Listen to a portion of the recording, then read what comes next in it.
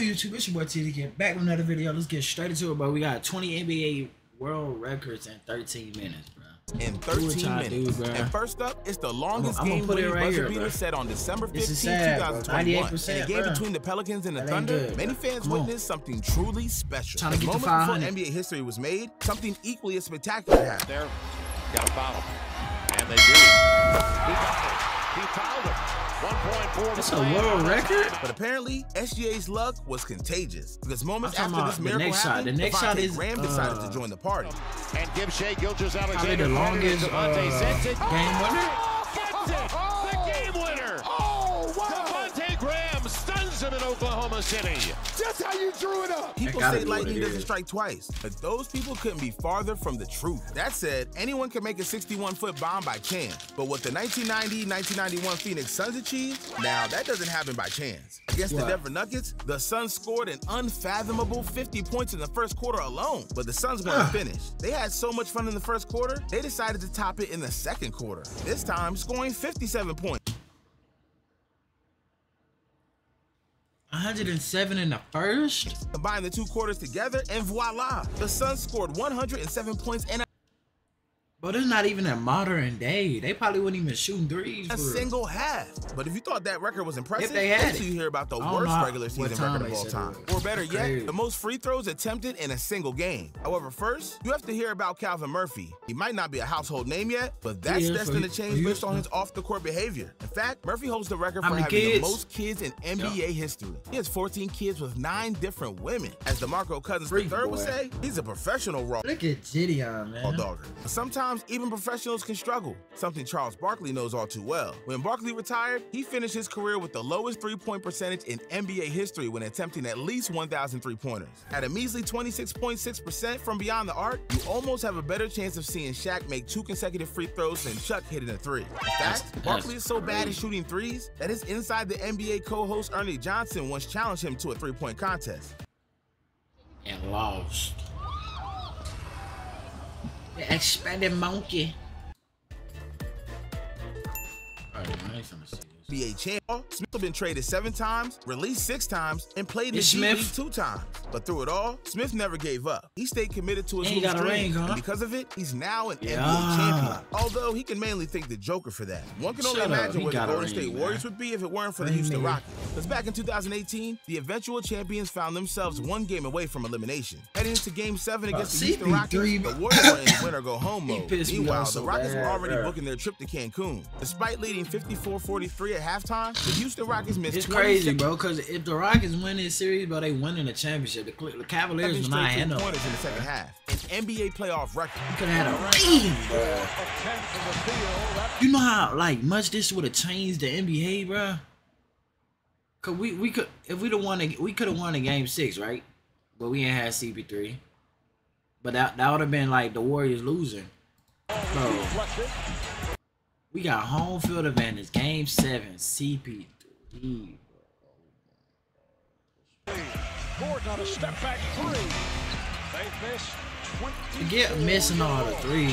Set his feet over the corner to play. So back comes Gordon. Kicks it the other way. And look, they're wide open. That's the thing, bro. That's a good shot. Cannot find the range. All that to say, the Rockets only lost by 9 points. But do you know what's worse than losing by 9 points? Losing by 73 points. And in 2021, the Oklahoma City Thunder did just that. They lost by 73? Beatdown against the Memphis Grizzlies. OKC found themselves in a hole from the get-go. Tillman, Bain. That's embarrassing. Melted for 3. Bingo. NGL. Drives on Baisley. X for 3. Bingo. Will only help Moran. Oh, we got Dylan Brooks on our team, man. I don't know how I feel about that. But they weren't the only ones embarrassed. The Charlotte Bobcats weren't just bad for 1 game, they were bad the entire season. Despite winning their opening game of the 2011-2012 NBA season, the Bobcats only went on to win 6 more games the rest of the season. And if it wasn't already embarrassing, they finished the regular season on a 23-game losing streak. If it wasn't for a shortened season, things would have really got out of hand. Nevertheless, the Bobcats finished 7-59 on the season, solidifying it as the worst season in NBA history. But enough about the worst team ever. Let's talk about the greatest quarter ever. This past year, the Warriors caught fire against the Portland Trail Blazers. For 12 minutes straight, they could not miss. Steph finding Klay Thompson. 30 days straight. And he opens with a three. He had 24 yesterday against the Clips. Klay Thompson with Jordan again. Okay. What else is new? Moody to Kuminga. How pretty was that? Keep the ball moving at 7. Poole. Step around 3. Got it! Sheesh. That is not a misprint on your screen. 55 to points in the 27. first quarter. That's my new game. Leave it to the Warriors to score 55 points in a quarter. So inspirational. But not as inspirational as our next NBA record. Because it's not easy to hit a game-winning buzzer beater. Well, unless you're Michael Jordan, who has managed to do it not once, but 9 times. Better yet, he got the most taken too, in the postseason, 2 of which won playoff series. Jordan. Push up. Chicago with the lead. Everybody get mad when I say that's a push up. Have won their 6th. If that was your favorite team you was going against, y'all would have said that's not my favorite. I'm just saying. I'm speaking facts, bro. He gives to Jordan. Jordan to the circle, puts the shot in the air. Good!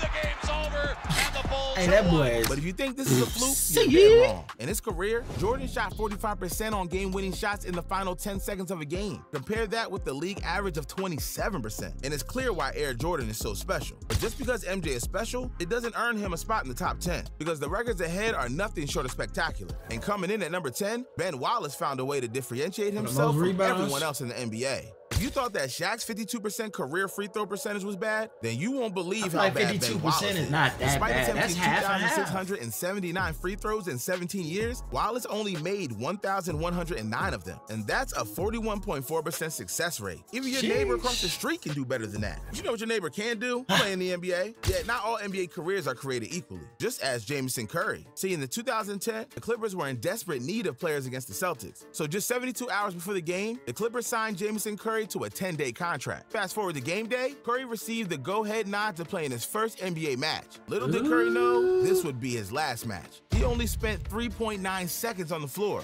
That boy lasted 3.9 seconds in that nothing. Didn't make it. Went in, but didn't make the clock. We'll see what happens here. He ain't even touched the rock. No doubt about that. But the Celtics. Truth be told, he was only benched because he was too busy subscribing to the channel. But at least Curry got to play. Better yet, at least he didn't do something embarrassing like Joel Anthony. Actually, yes. Subscribe. Now.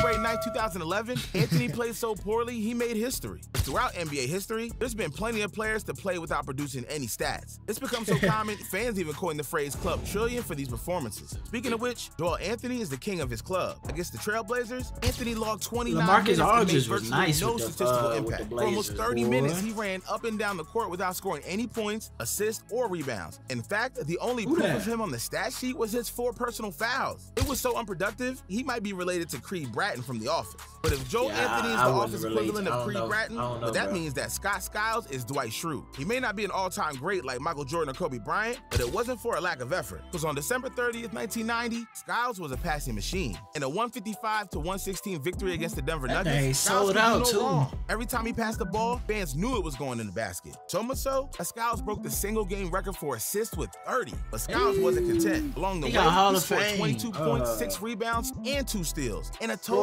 of 44 minutes. For reference, this is the same guy who only averaged 11 points, 6.5 assists, and 2.5 rebounds in a 10-year career. If that's not a statistical anomaly, then I don't know what is. Or actually, let me take that back. Have you seen Klay Thompson? This dude was a different breed. From his 60.11 dribble performance to his legendary Game 6 performances, Klay is a certified bucket. However, his most impressive performance came against the Sacramento Kings. In the third quarter of a 2015 matchup, Thompson set the record Game 7 against the Lakers. I'm thinking he finna shine, bro.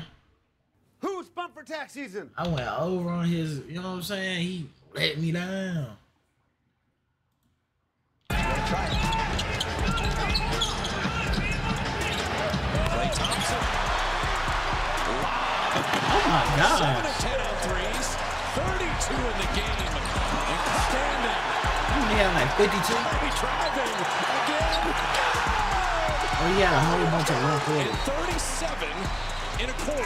Let that sink in for a second. 37 points in 12 minutes. That's insanity. But Nikola Jokic looked insanity in the eyes and came out on top. Nikola Jokic, Game 2 of this year's NBA Finals, the Nuggets were fired up to come back strong against the Heat. But no one was more fired up than the Joker, who was going to do everything in his power to bounce back in Game 3. Although, he didn't just bounce back, he put together one of the greatest postseason performances ever. 30, 20, and 10. I'm talking about he was doing this on a daily basis, bro. On a nightly basis. Jokic calling for the ball against Kevin Love. Spins, flips it up and in against Duncan Robinson. Deflected. Murray. Jokic left open. Now Adebayo comes out. Jokic throws it up. That boy Jokic, bro. He a different breed, bro. Scoop layup is good. And a 109-94 victory, Jokic made history with 32 points, be like 21 rebounds, and half of this guy, becoming the first player in finals history with a 30, 20, and 21 game. However, up next, it's a different kind of record because there are some records players brag about, and then there's Steve Nash records. The most high shake your in hands. See, it's no secret that Nash is a great teammate, but perhaps the most impressive part of his game isn't flashing passes or leading total passes to the final 3 records. And it's only fitting that the number 3 record is the longest three-pointer in NBA history. I'll let Baron Davis do the rest. Nashburn, who could run the baseline. Davis, that'll be counted on a shot attempt. I was gonna say what's the longest 2-pointer, but that would just be a foot on the line. Davis has just fought it in from 92 feet away. For reference, that shot was 89 feet long. That's the same length as 18 queen-size mattresses, 1.5 bowling lanes, and a blue whale. Speaking of which, you just shouldn't mess with Rasheed Wallace, because Wallace owns 1 but not 2 records. After all, Wallace was known as one of the more prominent hotheads, saying something about nearly every call that went against him. However, in 2000-2001, he was on a whole different level. That season, he was called for an insane 41 technicals, leading to 29 ejections. Rasheed Wallace was so intimidating that he once got ejected for just staring at a referee the wrong way. I'm not gonna deal with it. I'm not gonna deal with it. Get out. Get out of here. I'm not gonna do it. I'm not gonna deal with it, bro.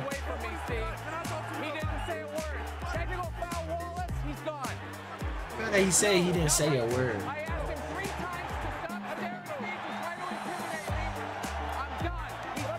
Safe to say, someone could use some anger management classes. But enough about anger management, we still got 1 record remaining, and it belongs to the one and only Dwight Howard. For some, he's known as Superman from Soulja Boy's viral hit, Crank That. But it's hard to call him Superman when he's at the stripe. That's his kryptonite. And in 2012, he was such a liability that he shot a record 39 free throws in a single game. Sadly, Howard faltered under the spotlight, making a measly 21 of 39 free throws for the Orlando Magic. 21 for 39, really probably not that bad.